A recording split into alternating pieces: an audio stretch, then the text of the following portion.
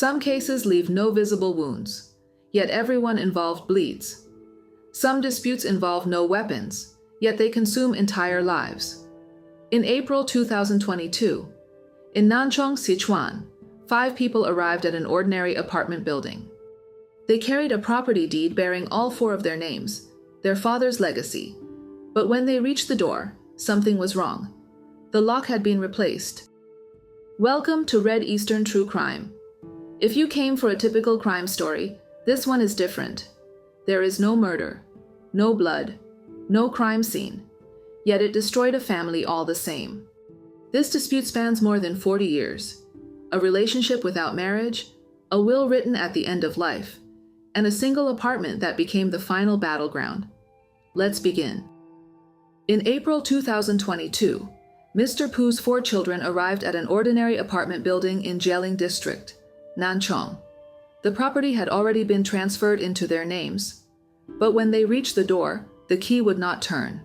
The lock had been changed. Standing in the doorway was a 63-year-old woman, Ms. Chen. She was undergoing treatment for tongue cancer. Speaking was difficult. Her words came out slow, broken, strained. After several attempts, she managed to say just one sentence. "This is my home." Then she reached into her bag, took out a piece of paper, and began to write. "I lived with your father as husband and wife for decades. This house was bought by the 2 of us." The children stood there, the property deed in their hands. They demanded that Ms. Chen move out immediately. That was not all. They also demanded rent, 3 months' worth, for the time she had continued living in the apartment after their father's death. Ms. Chen refused. The standoff hardened. She did not step back. She did not leave. As the confrontations escalated, her emotions finally broke through. She pulled out a kitchen knife, pressed herself against the doorway, refused to move. On one side, 4 biological children, holding a legal deed, armed with inheritance rights. On the other, a woman with cancer, no formal status, claiming 40 years as Mr. Pu's partner. The apartment became the point where decades of unresolved choices finally surfaced. To Mr. Pu's 4 children, Ms. Chen herself was the source of the family's pain. In their account, she was never their father's partner, at most a former apprentice. Later, nothing more than a caregiver. They relied on their father's will. It was dated November 2021, just 3 months before his death. The wording was clear. "The apartment located in Jieling District, Nanchong, and all funds in my bank accounts shall be inherited by my 4 children. Ms. Chen is not an heir." The will did more than assign the property to the children. It named her and excluded her. To Mr. Pu's children, this was their father's final clarity. They believed the will gave them the right to remove her. Ms. Chen answered by changing the lock and staying. When pressure failed, the children escalated. They took the property deed to the utility offices and had the water and gas cut off. Ms. Chen was 63. She had tongue cancer and had just completed treatment. She lived alone, without running water, without gas, day after day. Still, she did not leave. She remained inside the apartment she refused to surrender, telling neighbors who asked, "I lived with him for decades. We bought this house together. I have the right to live here. Why should I be driven out?" After 3 months of stalemate, police called but unable to intervene. Community officials stepping in and proving equally powerless. The conflict finally moved to court. In August 2022, the 4 children filed a lawsuit. Their demands were direct. First, that Ms. Chen vacate the apartment immediately. Second, that she pay rent and occupation fees for the months she continued living there after their father's death. Ms. Chen did not stay silent. She found a lawyer, and she filed a countersuit. Her request was just as clear, that the court recognize her de facto marriage with Mr. Pu and confirm her right to live in the apartment, permanently. What the court was asked to decide was not just ownership, but history. The children claimed inheritance. Ms. Chen rejected the label of squatter and claimed the life of a wife. To reach a verdict, the court had to revisit 40 years of shared life. The judge personally visited former neighbors and witnesses to reconstruct events from decades earlier. Mr. Pu had once been a respected traditional Chinese medicine doctor. He inherited the practice, traveled between villages, gathered herbs, treated patients, and supported himself through consultations and medicine sales. In 1982, he was already 40 years old. He had a wife and 4 children. That same year, he took on an apprentice, a young woman 18 years his junior. Her name was Ms. Chen. She was born in 1960. She was 22, young, attractive. At the time, master-apprentice relationships were rigid, often closer than family. Ms. Chen followed Mr. Pu to collect herbs, sell medicine, and attend markets. During farming seasons, she returned home. When free, she worked at his side. Over time, what began as proximity became intimacy. Ms. Chen had already been engaged in her hometown. She had a fiancé. But to follow Mr. Pu, she returned home and broke off the engagement. In 1983, for the convenience of practicing medicine, she moved into Mr. Pu's home, even though he had not yet divorced. At first, his children called her older sister. It did not last long. Soon, the woman they called sister became their father's partner. In 1985, Mr. Pu and his wife divorced by mutual agreement. Under ordinary circumstances, that would have ended the arrangement. But it didn't. The house had only 4 rooms. Mr. Pu took 2. His ex-wife took 2, and stayed to raise the children. What followed was an arrangement that defied normal family boundaries. Mr. Pu, his ex-wife, 4 children, and his girlfriend, all under one roof. They slept in separate rooms, but they shared the same courtyard, the same routines, the same silence, day after day, year after year. For the children, this was not coexistence, it was exposure. In their eyes, Ms. Chen had entered their home and shattered it. She became the reason they were whispered about, stared at, laughed at. That resentment did not pass with time. It hardened. Despite living openly together, Mr. Pu never married Ms. Chen. For her, it was years of waiting without a name. For him, it may have been a way to keep things balanced. She worked beside him, helped care for his children, endured whispers, stares, and quiet ridicule. This arrangement lasted 16 years, from age 23 to 39. By 1999, the children had grown and moved out. Still, he did not marry her. At last, Ms. Chen left alone and went to Guangdong to work. Fate intervened again. In Guangdong, Ms. Chen was injured in a car accident. Mr. Pu traveled there with his eldest son to care for her. Old feelings resurfaced. After she recovered, they resumed living together. Mr. Pu opened a clinic. Ms. Chen worked beside him, as before. At one point, his daughter asked him, "If you're together again, why not get married?" He answered simply, "Marriage doesn't guarantee feelings." For Ms. Chen, that sentence was crushing.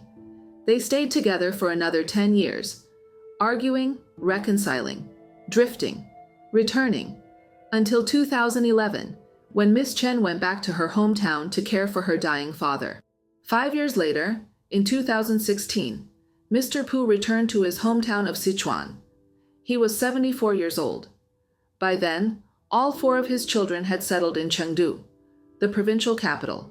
He did not join them. Instead, he chose Nanchang, a smaller city more than 200 kilometers away, closer to the rural home he came from. Mr. Pu found work at a pharmacy in Nanchang, seeing patients as an on-call traditional Chinese medicine doctor. By that time, Ms. Chen's father had passed away. She was still single. The two reunited. From 2016 to 2021, they lived together in rented apartments. Mr. Pu treated patients. Ms. Chen handled daily life, cooking, cleaning, care. Mr. Pu's ex-wife had long since moved to Chengdu, rotating between the homes of their children. The distance from Chengdu to Nanchang was far shorter than Guangdong. Still, The children rarely visited their father. It was this period, the final 5 years, that became the core of the dispute. To Ms. Chen, it was a lifelong partnership, 40 years in the making. To the children, she was nothing more than a paid caregiver, someone their father hired to look after him. In 2021, Mr. Poole was diagnosed with cancer. That same year, he bought the apartment, registered solely in his own name. Ms. Chen said the purchase money came from him, but the renovations and furniture were paid for by her. She believed the apartment was meant to secure her old age. Soon after moving in, Mr. Poo's condition deteriorated. His children took him to Chengdu for treatment. Ms. Chen went with him, until he was transferred to intensive care. At that point, she was sent back to Nanchong. The will was written during that period. In February 2022, Mr. Poo died. Ms. Chen was not informed. She learned of his death only after the funeral had ended. In May 2022, the inheritance was finalized. The apartment changed hands, and the conflict surfaced. The investigation revealed that many relatives and former neighbors did not regard Mr. Poo and Ms. Chen as husband and wife. Some even described their relationship as a long-running local joke. From November 2022 to January 2023, the first trial was held twice. The hearings were tense and frequently chaotic. Ms. Chen rejected the will and requested a handwriting examination, insisting it could not reflect Mr. Poo's true intent. The examination confirmed the will was written by him. In court, Ms. Chen broke down. She spoke of decades of devotion, of caring for Mr. Poo, and of helping raise his children when they were still minors. The children rejected this completely. They accused her of destroying their family and insisted they were raised by their parents alone, not her. Ms. Chen maintained that the apartment was joint property acquired during their life together, and that Mr. Poo had repeatedly promised she could live there for the rest of her life. The children countered that she had no legal claim at all. The judge was trapped between two impossible choices: follow the will, and Ms. Chen would be left with nothing; accept her claim, and the authority of the will would collapse. The court attempted mediation, suggesting the children compensate Ms. Chen financially in exchange for her leaving. They refused. As one child said in court, "She ruined our childhood. We grew up in a distorted family. Why should we give her anything?" The judge made one point clear: whether the children could forgive her emotionally was irrelevant. For 40 years, Ms. Chen had been Mr. Poo's partner. When he was gravely ill, she fulfilled the duties of care and support, effectively reducing the burden on his children. The children refused to accept this. After repeated failed mediation, in February 2023, the Jilin District People's Court issued its first instance ruling, a compromise, born of necessity. The court rejected both sides' claims. The children owned the property, but Ms. Chen had the right to live there until death. Both sides appealed. After taking the case, the appellate court identified the true core issue: de facto marriage. Under Chinese law, relationships formed before February 1st, 1994 may be recognized as de facto marriages if both parties were legally single and lived together publicly as husband and wife. The timeline mattered. Mr. Poo divorced in 1985. From 1985 to 1994, both he and Ms. Chen were unmarried. Although they lived in the same compound as his ex-wife, this did not legally exclude a de facto marriage. After 1999, the two lived together in Guangdong as a couple and even took wedding photos. The appellate court found that although there was no formal marriage registration, the relationship lasted over 40 years, spanning separation, illness, and old age, and met the legal standard for a de facto marriage. On July 26, 2023, the second instance court attempted mediation. Ms. Chen made a concession. She asked only to remain in the apartment for the rest of her life, citing her cancer, lack of children, and minimal pension. The children refused. Mediation failed. On August 18, 2023, the court issued its final ruling. Ms. Chen and Mr. Pu were deemed to have formed a de facto marriage. The apartment was classified as marital property. 50% was awarded to Ms. Chen. The remaining 50%, as Mr. Pu's estate, was inherited by his 4 children under the will. The case ended. The conflict did not. The ruling reshaped everything. The children not only failed to remove Ms. Chen, they lost full control of the apartment. Ironically, during earlier mediation, Ms. Chen had already stepped back. She said clearly, "I don't want the house. I only want to live here until I die." The children refused. Mediation collapsed. The court ruled. The apartment is now co-owned. No one can sell it alone. No one can force the other out. For Ms. Chen, it means a place to grow old in. For the 4 children, it is a past they can no longer escape. Public reaction split immediately.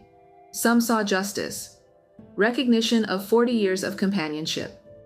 Others saw loss, a childhood shaped by humiliation, a mother who suffered, wounds that never healed. The law delivered an answer, but it did not deliver reconciliation. If this case has a beginning, it begins decades ago, with a choice not made. After an affair, Mr. Pu divorced but never separated. He kept his girlfriend under the same roof as his ex-wife and children, trying to hold on to both a complete family and a private life. What he avoided then became a burden carried by everyone. Ms. Chen entered the relationship young, without legal status, children, or security. She waited for a marriage that never came. She left, returned, and waited again. By the time Mr. Pu died, 40 years had passed, years invested in uncertainty. She had little protection. Raised in rural China, with no formal career, pension, or stable medical coverage, old age was not theoretical. It was a risk, one she placed almost entirely on him. Mr. Pu knew the damage, but instead of choosing, he delayed, and delay became his final decision. The children knew of Ms. Chen's existence and chose not to inform her of their father's death, an attempt at exclusion. But recognition does not depend on notification. The relationship existed. History does not vanish by omission. The 3-bedroom apartment Mr. Pu purchased in an older Nanchong complex has already lost 17 to 20% of its value since 2023. And with China's property market still declining, any future payout will likely be even smaller. The ruling is final. The outcome is not. What do you think of the court's final decision? Share your thoughts in the comments. If stories where law meets human emotion interest you, let me know. And if you value in-depth true storytelling, please like and subscribe.